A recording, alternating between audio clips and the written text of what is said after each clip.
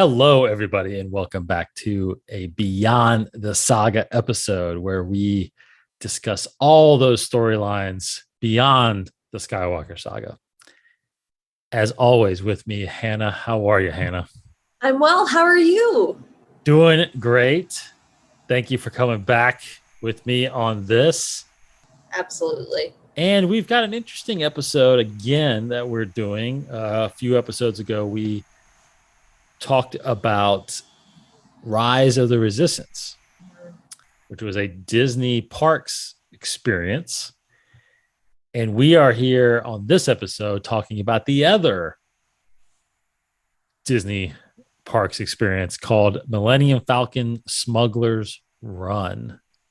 Now, before we get into the details of this thing, do you know how many times you've ridden this ride? Twice. Okay. Twice. I have ridden it. I think I've ridden it 3, maybe 4.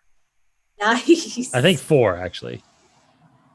Now, what role were you in those 2 times? Gunner and pilot. Gunner and pilot. Because I was pilot the first time I played or rode it. Then I was an engineer. Yeah, then I was a pilot again, and then I was a pilot again. I don't think I've ever done the gunner. I don't think I've ever done the gunner. No, okay. I don't think I have. Yeah, I don't think I have. Now, so let's back up and talk about this so everybody knows what we're talking about. Okay, so we are talking about the Millennium Falcon ride at Galaxy's Edge, at Disneyland and at Disney's Hollywood Studios in Orlando. Both, I'm assuming, and I haven't been to Disneyland, but I'm assuming it's the same ride. It's the same experience. You stand in line and get it up to the cockpit, and you are a part of a party of 6. Now, this is throwing out COVID restrictions. Mm-hmm.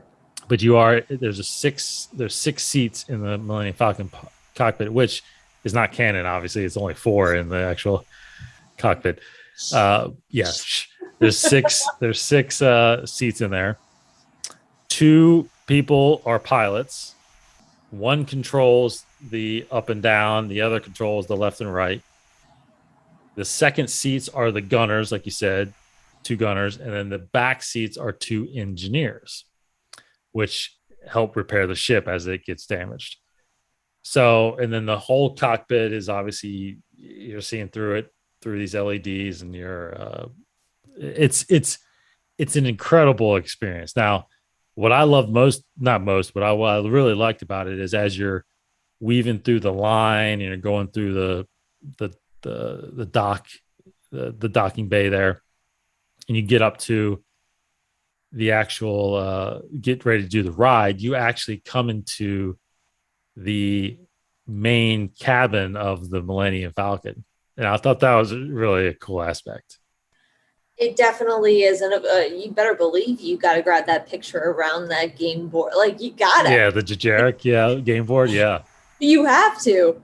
But just the attention, I think you're right. I think probably one of the best parts is just the simple attention to detail in everything.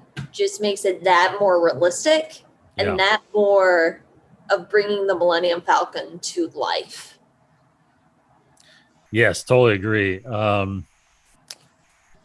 Totally agree. I didn't expect that. For one, the crazy thing is the actual life-size Millennium Falcon that's sitting there on the outside. Like, that is just incredible in a way.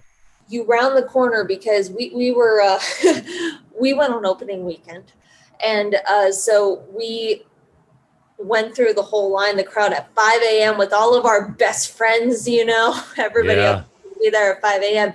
And it's literally, you turn the corner, and there it is. At any time of day, you just turn the corner and there's the Millennium Falcon, and you can't help but have this moment. Mm-hmm. Because once again, the detail is just that amazing. And I think outside of this recording, you mentioned that another one of your favorite parts is as you're going through the port, you actually have to go up and you're above the Millennium almost, and you're able to look out and just see the intricate detail on the top of the Millennium Falcon.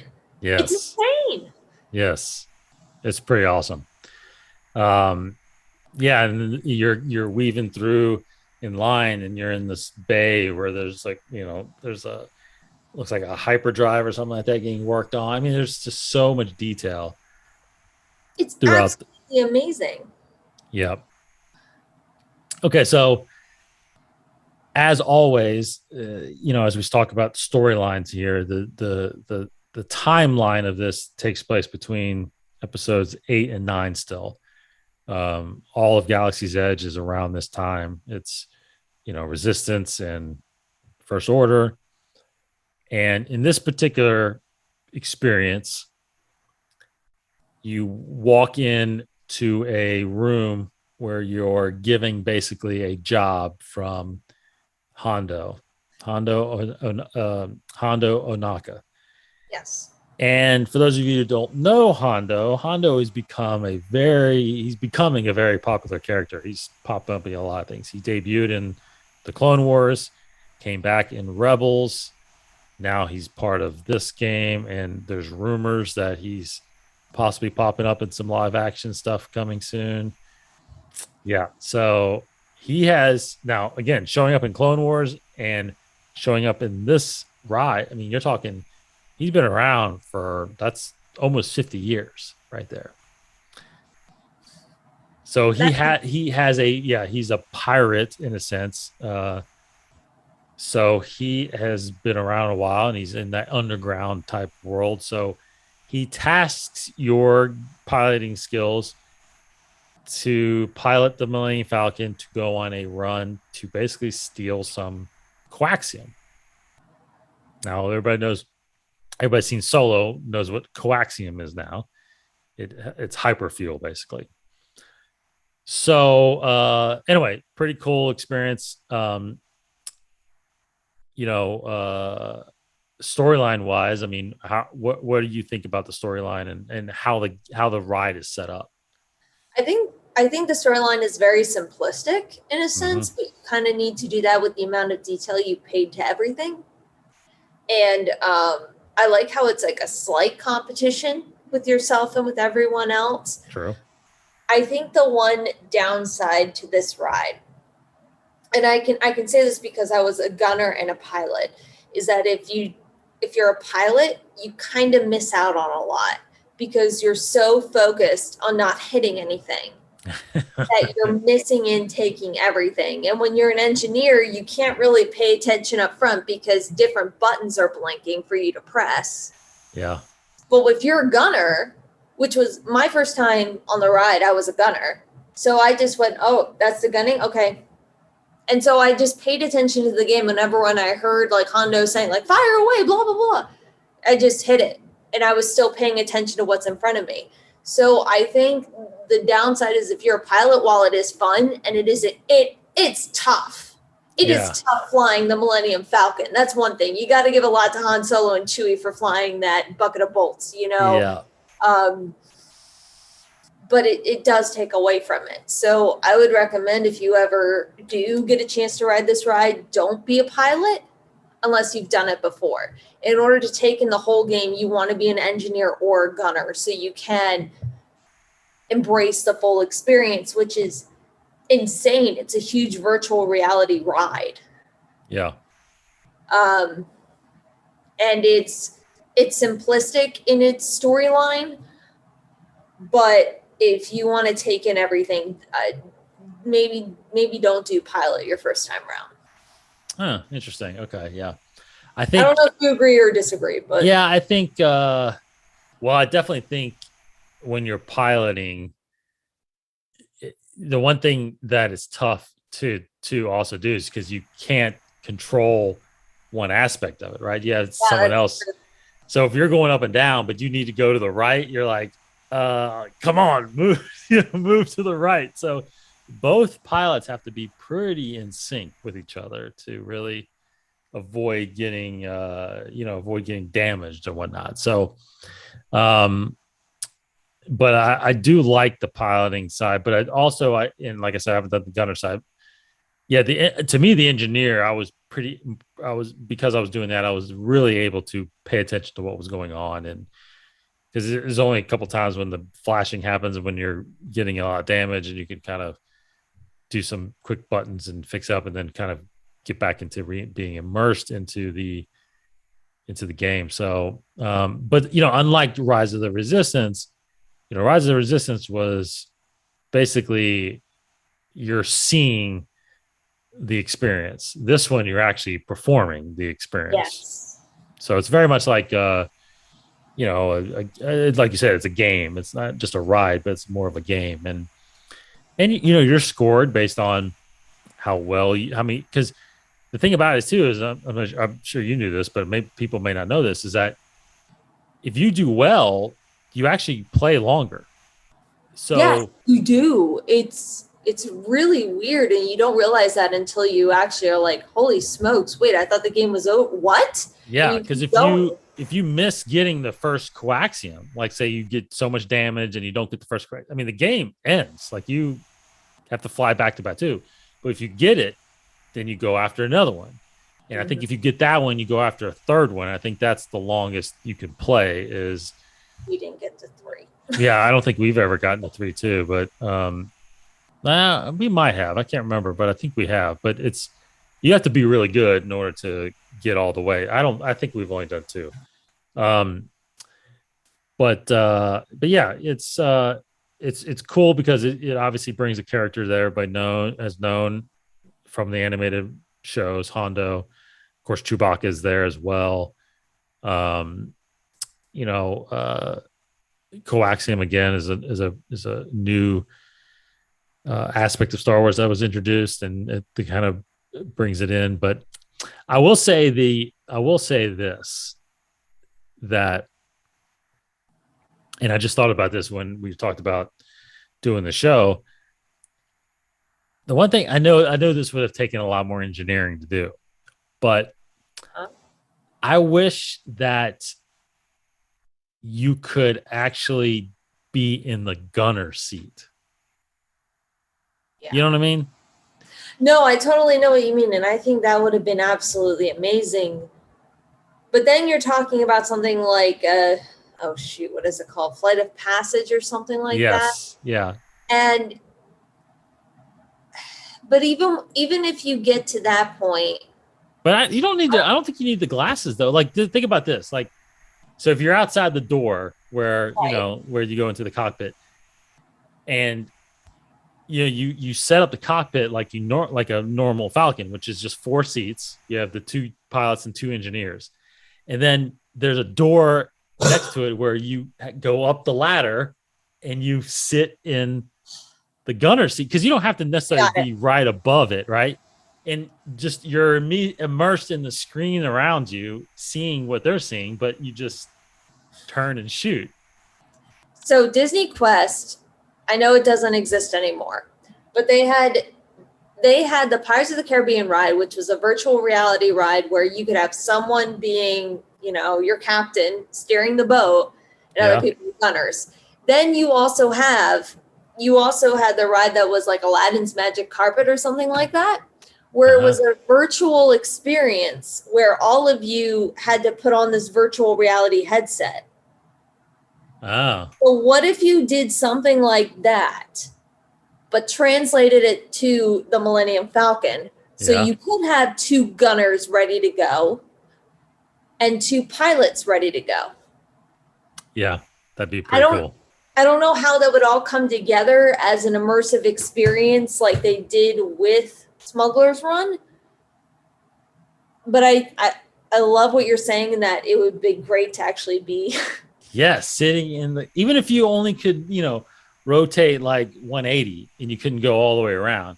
Disney Quest had another game where it was like some alien rescue game, and you had to rescue these people that were on this planet, and you had to gun down aliens, and you were able to do that. So I wonder if there was a way for them to do it. They just couldn't figure out how to do it in a safe way. Yeah, exactly. And of course money probably played a little Well, part of yeah, it of too. course. Um, but that would have been pretty cool. That would have been pretty cool. Be able to Oh, sit in the gunner and just see the stuff and just shoot at it. And man, I just that that would would have have been been cool. great. But so because like you said, just sitting there hitting buttons and you're just hitting buttons and you're seeing the blasters come out, but Mhm. everything's forward, right? Where you have Right. things going on behind you. It'd be neat to see that. Um, That would have been really, really cool. yeah, it would have been cool. Okay, so usually we talk about kind of impacts on the saga. This storyline is not necessarily a massive impact of of the Star Wars storyline. Um, so I don't know. I don't. Is there anything in there that is impactful? I mean, I mean, canon in a way. not really, except that Hondo is still alive and True. he's still pirating. But even with that, it's like, Yeah. I mean, it's fun. Don't get me wrong, it's fun, but there isn't a huge impact. You don't need it, but you also want it because it's fun. Yes. True. Now, one thing we will get into there is a 5 issue comic series called Star Wars Galaxy's Edge that we will talk about that to kind of expand on this area and what's happening. It is Han and Chewie based, so it takes place obviously before Episode 7. Um, so we will get into that sometime. But yeah, this is look. It's a great experience. Like I said, it's really cool to be able to sit in the Falcon and do all those things. And and I like it because you don't have to wear any glasses or 3D glasses like Flight of Passes. Flight of Passes is amazing, but I like immersive things like this where I don't have to put glasses on. And it's really neat. It's the hyperspace part of it is really cool. Pulling those levers and like zooming into hyperspace, like that is pretty awesome, right? Punch it, Chewie. Yes.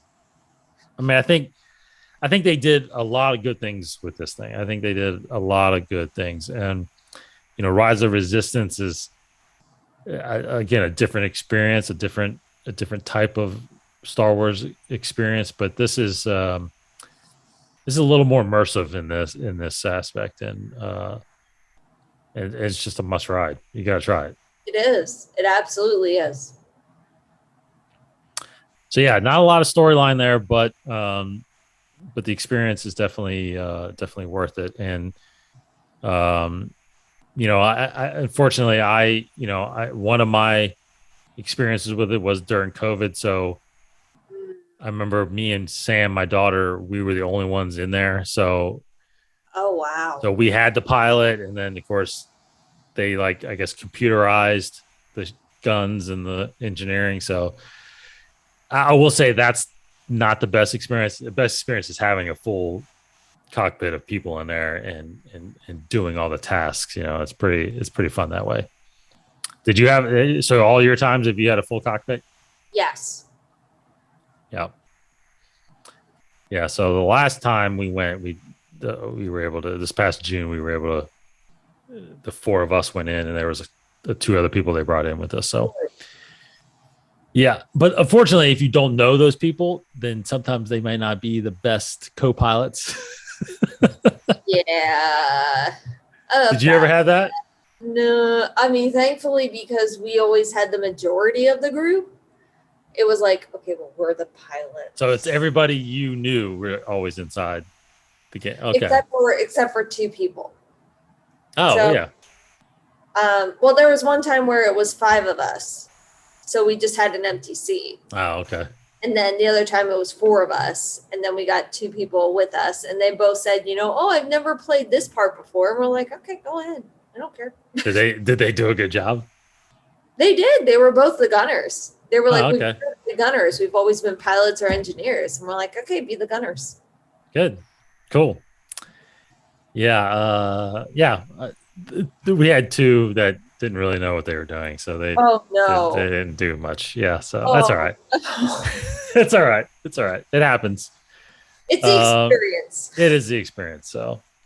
So yes, go check out Galaxy's Edge, of course, if you can, at one of these parks. Disneyland obviously is back open, and if you're out west, you can go there. But Millennium Falcon's ride is definitely something you experience when you go to these things. So, all right, that will do it, and that pretty much covers the experiences at Galaxy's Edge. Like I said, there's a comic out there that we'll get into, kind of hit out there. We've definitely some books out there that we'll catch up on, and there's one called Black Spire that involves Vi Murati. I don't think you've read that book yet, but I have.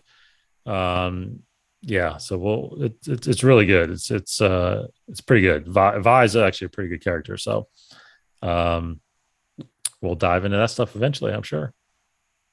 Thanks, Hannah, as always. Thank you. Much appreciated. Absolutely. Thanks, everybody, for watching, for listening. Take care. Come back next time. May the force be with you.